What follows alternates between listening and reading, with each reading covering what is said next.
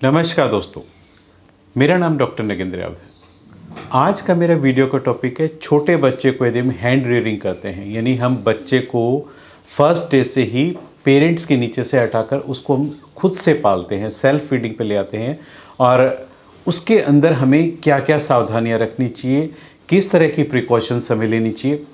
देखिए, कई बार क्या होता है, बर्ड्स को जल्दी टेम करना हो या बहुत से ऐसी स्पीसीज़ होती हैं जो अपने बच्चों की केयर नहीं कर पाती है। ऐसे में अंडे में से बच्चा निकलने के बाद हम उन बच्चों को पेरेंट्स के नीचे से अलग कर लेते हैं, बच्चों को खुद से ही पालते हैं।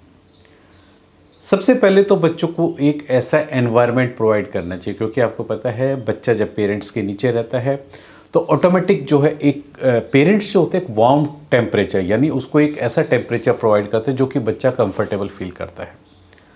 हमें पेरेंट्स से हटाने के बाद भी बच्चों को या तो ब्रूडर के अंदर रखना चाहिए या किसी बॉक्स के अंदर लाइटिंग की व्यवस्था करके टेम्परेचर उसका मेंटेन करना चाहिए।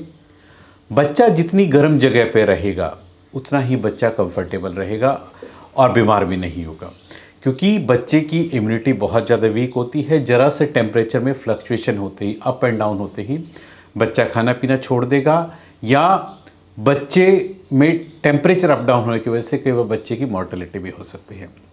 इसलिए जो फर्स्ट पॉइंट होता है, आपने उसके एनवायरनमेंट को, सराउंडिंग एनवायरनमेंट को किस तरह से कंफर्टेबल प्रोवाइड करना ताकि बच्चा उसमें कंफर्टेबल रहे।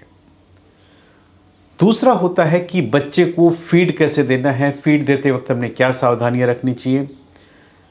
बच्चा जो लेता है, देखिए फीड जितना ओल्ड 1 डे ओल्ड होगा, आपको पता है उसकी इनटेक वाला जो इनटेक होगा 0.1 से 0.2 ml, मतलब इनटेक जो है बहुत थोड़ा थोड़ा क्वांटिटी में फीड लेगा, लेकिन उसके जो इंटरवल्स रहेंगे, क्योंकि बच्चे का क्रॉप साइज छोटा होता है, इसलिए हमें उसको हो सकता है हर आधे घंटे में, 1 घंटे में 2-2 3-3 ड्रॉप, 2-2 3-3 ड्रॉप देना पड़े। जैसे जैसे बच्चे की एज बढ़ती जाएगी, क्रॉप का साइज बढ़ता जाएगा, बच्चे की जो फीड लेने की क्षमता है ऑटोमेटिक वो भी इंक्रीज होती जाएगी। और बच्चे के जो इंटरवल्स हैं, यानी आप 1 घंटे बाद दे रहे हो सकता है फिर 3 घंटे बाद आपको देना पड़े, उसमें आपको पता चल जाता है। जब बच्चे को आप सेल्फ फीड खिलाते हो, सिरिंज या ड्रॉपर से तब भी खाना देते हो, तो ऑटोमेटिक आप देखते हो जब एक बार क्रॉप भर जाता है, उसका क्रॉप भरने के बाद आप देखते हो क्रॉप फूल जाता है, और जब तक वो खाना डाइजेस्ट ना हो, नेक्स्ट मील बच्चे को बिल्कुल भी ना दीजिए। सबसे ज़्यादा मेन होता है मील, आपने जो फूड दे रहे हो वो बच्चे की एज में, उस एज में डाइजेस्ट होगा या नहीं होगा। हर एज के हिसाब से हर ब्रीड स्पेसिफिक जो है मार्केट के अंदर फूड अवेलेबल है। आपको पहले से ही वो हैंडमेड फीड्स जो है, जो भी मार्केट के अंदर अवेलेबल है, इसमें बहुत सारे प्रिपरेशंस है, इसमें मैं किसी का स्पेसिफिक नाम नहीं लेना चाहूँगा, आपके पास वो होना चाहिए। पार्टिकुलर जो लार्ज ब्रीड्स हैं, जाइंट ब्रीड्स है, उनका फीड अलग होता है। जो स्मॉल पैराकीट्स होते हैं उनका अलग होता है, फिंचेस का अलग होता है। ये आपको देखना पड़ेगा कि आपने किस प्रकार का तोता या पैराकीट्स आपके पास है, उसी हिसाब से फीड का चुनाव आप कीजिए। हमेशा फीड को देते वक्त ध्यान रखिए कि आपके पास एक थर्मामीटर जरूर होना चाहिए। जब फीड को आप पानी के अंदर मिक्स कर रहे हो तो थर्मामीटर से पहले उसका टेम्परेचर चेक कीजिए। यदि बहुत ही ठंडे पानी में मिक्स करके आप बच्चे को वो फीड खिला देते हो तो बच्चे के क्रॉप पे वो खाना कभी भी डाइजेस्ट नहीं होगा, क्योंकि पेरेंट्स भी क्या करते हैं, पहले फीड को खुद खाते हैं, फिर उसको अपने मुंह में ले जा करके उसको थोड़ा सॉफ्ट करके, उसको थोड़ा सा टेम्परेचर अप बढ़ा करके फिर बच्चे को खिलाते हैं।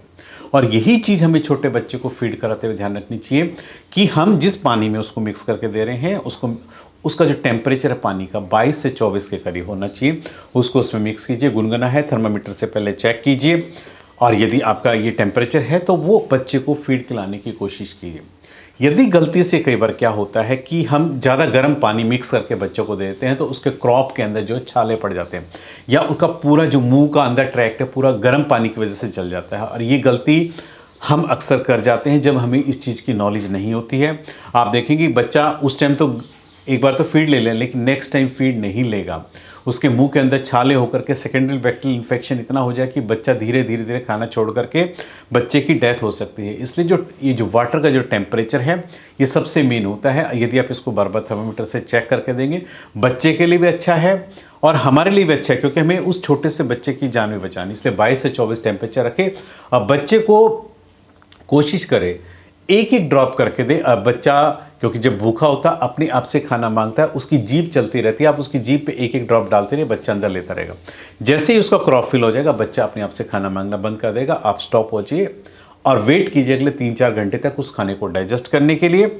और जब वो डाइजेस्ट हो जाएगा तो बच्चा अपनी आवाज़ में चिल्लाना शुरू कर देता है। फिर 3-4 घंटे बाद सेम प्रोसेस करके आप उसको दे सकते हैं। तो 2 चीज़ें हैं, एक तो पानी का टेम्परेचर 22 से 24 रखिए, ज़्यादा गर्म पानी में ना दीजिए, सावधान रखिए। एक थर्मामीटर आपके पास हमेशा होना चाहिए। हमेशा सिरिंज या बाउल को क्लीन कर करके रखिए, क्योंकि यदि आपने एक टाइम का रखा हुआ खाना यदि आपने नेक्स्ट टाइम दे दिया तो 3-4 घंटे में उस खाने के अंदर बैक्टीरिया ग्रो कर जाते हैं। और यदि वो रखा हुआ खाना हम अपने बर्ड्स को खिला देते हैं तो आपका बर्ड्स बैक्टीरियल इन्फेक्शन की चपेट में आएगा ही आएगा। तो ऐसी गलती कभी भी ना करें। हमेशा फ्रेश खाना बना करके दें, वो बच्चे के लिए भी अच्छा है। जितना भी सिरिंज है, बाउल है, उसको हर मील के बाद उसको गर्म पानी में उबाल करके रखें ताकि उसमें कोई बैक्टीरियल ग्रोथ ना हो। एक चीज़ का ध्यान रखिए, यदि आप नंबर ऑफ बेबीज ज़्यादा तो कोशिश करनी चाहिए बाउल और सिरिंज सब बेबीज़ का अलग अलग होना चाहिए। क्योंकि कई बार क्या होता है, किसी बच्चे की इम्यूनिटी वीक होती है, किसी की स्ट्रांग होती है, या कोई एक बच्चा बीमार होता है, सेम सिरिंज से यदि हम खाने खिलाते हैं तो यदि बीमार बच्चे को भी खिलाएंगे, उसी से स्वस्थ को खिलाएंगे तो बीमार से जो इन्फेक्शन हम स्वस्थ में ट्रांसफ़र कर सकते हैं। इसलिए दोनों के बाउल और सिरिंज यदि अलग अलग रहेंगे तो ये इन्फेक्शन को ट्रांसफ़र करने पर भी हम रोक सकते हैं और दोनों बच्चे की सेहत का हम ध्यान रख सकते हैं। आज मैंने इस वीडियो के माध्यम से आपको बताया कि छोटे बच्चे को हम कैसे केयर कर सकते हैं, उसको खाने में क्या दे सकते हैं। उम्मीद करता हूं कि आपको मेरा वीडियो पसंद आया होगा। यदि आपको मेरा वीडियो पसंद आया तो प्लीज़ मेरे चैनल को सब्सक्राइब कीजिए। धन्यवाद।